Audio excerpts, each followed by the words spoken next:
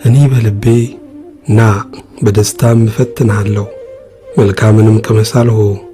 ይህ ደግሞ ነው ከንቱ ነበረ። ሳቅን እብድነ ደስታንም ምን ታደርጋለህ አልኩት።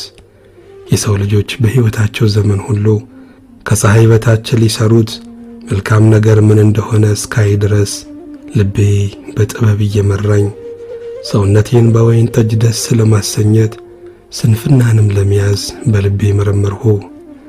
ትልቅ ሥራን ሠራው፣ ቤቶችንም አደረግሁ፣ ወይንም ተከልሁ፣ አትክልትንና ገነትን አደረግሁ። ልዩ ልዩ ፍሬ ያለባቸውን ዛፎች ተከልሁባቸው። በዱር የተተከሉትን ዛፎች አጠጣበት ዘንድ የውሃ ማጠራቀሚያ ያደረግሁ። ወንዶችንና ሴቶችን ባሪያዎች ገዛው። የቤት ውልድ ባሪያዎችም ነበሩኝ። ከኔ አስቀድመው በኢየሩሳሌም ከነበሩት ሁሉ ይልቅ ብዙ ከብቶችና መንጋዎች ነበሩኝ። ብርንና ወርቅን የከበረውንም የነገሥታትና የአውራጃዎችን መዝገብ ሰበሰብሁ። አዝማሪዎችንና አረሆችንም የሰው ልጆችንም ተላ እጅግ የበዙ ሴቶችንም አከማቸው። ታላቅም ሆንሁ። ከኔም አስቀድመው በኢየሩሳሌም ከነበሩት ሁሉ ይልቅ ከበርሁ። ደግሞም ጥበቤ ከኔ ጋር ጸንታ ቀረች። ዓይኖቼንም ከፈለጉት ሁሉ አልከለከልኋቸውም። ልቤም በድካሜ ሁሉ ደስ ይለው ነበርና ልቤን ከደስታ ሁሉ አላራኩትም።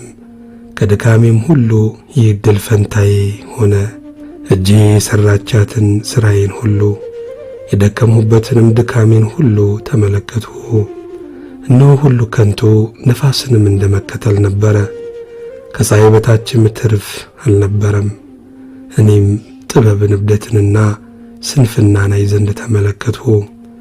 በፊት ከተደረገው በቀር ከንጉሥ በኋላ የሚመጣው ሰው ምን ያደርጋል? እኔም ብርሃን ከጨለማ እንደሚበልጥ እንዲሁ ጥበብ ከስንፍና እንዲበልጥ አየው።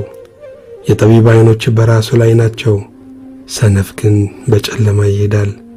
ደግሞም ለሁለቱ መጨረሻቸው አንድ እንደሆነ አስተዋልሁ። እኔም በልቤ ለሰነፍ የሚደርሰው ለእኔም ይደርሳል፣ ለምን እጅግ ጠቢብ ሆንሁ አልሁ። የዚያንም ጊዜ በልቤ ይህ ደግሞ ከንቱ ነው አልሁ።